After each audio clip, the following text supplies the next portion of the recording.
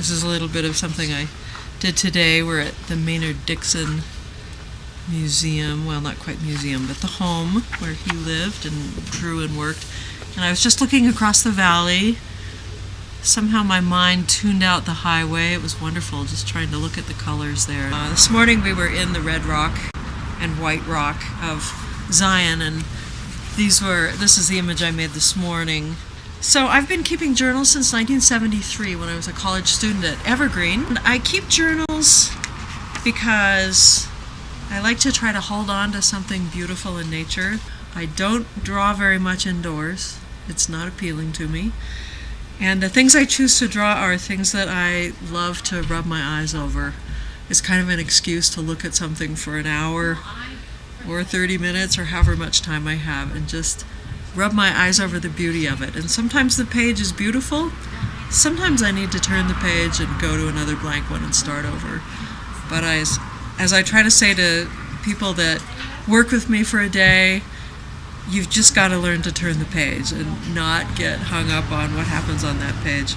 If you're going to spend your life in pages, they might as well be nice pages. After all, our lives are meant to be nice. I don't know what it is about me, and probably most of this group, that loves the image. I'd like to explore that question of why are we so caught on holding an image, but I think it's part of who we are. I journal primarily as a way of gathering ideas and materials and notes for the purpose of creating artist books, which is really the focus of my work. And just for an example, and my artist books are always inspired by experiences in nature, and this one being a bird seen in Mexico.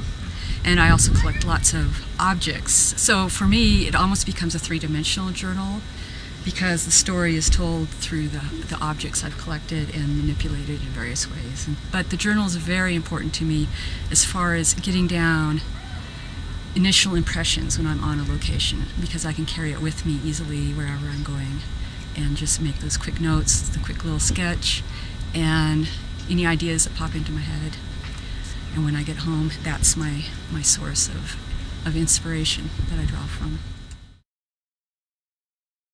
This latest gathering of our nature journalers has just occurred here in Zion, although we're on the east side of the park. And we've been blessed with fabulous weather, and it's been a terrific week. My background is I am a graphic designer. I have my own design business, and I work out of my home. I tend to design mostly books. Journaling for me has been just a wonderful discovery. I first connected with this group, the journal group, 5 years ago. It was 2005, and it happened at a kind of critical point in my life, and I decided to do something for myself and connect with other like-minded people, and it was probably the best thing I've ever done. To draw out where we are, where we've just spent the last few days, has been a very restorative, calming, therapeutic thing for me. I tend to be a very frantic, workaholic kind of person, and I still continue to try to make it a discipline and do it as frequently as I can, but this group helps me to do that. They inspire me immensely.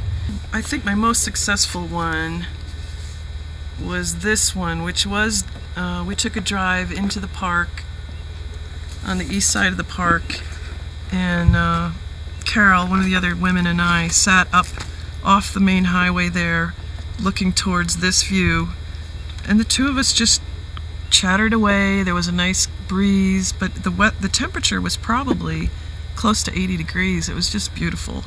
So that's one I was kind of happy with. This is from the edge of Deer Trap Mountain, looking into the main canyon, which is Zion Canyon.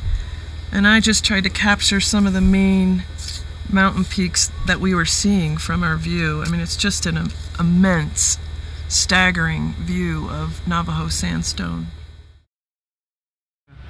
The sketchbook is a way of stopping, slowing down, pausing, observing, and becomes this amazing communication force.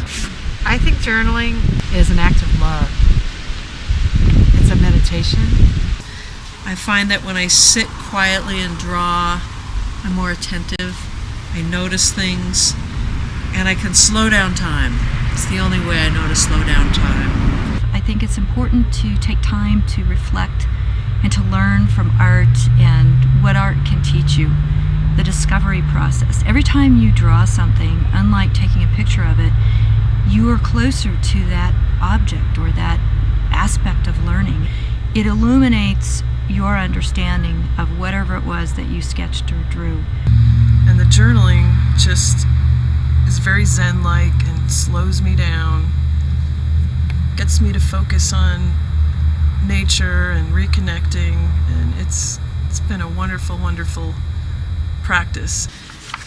I love this page, this one right here.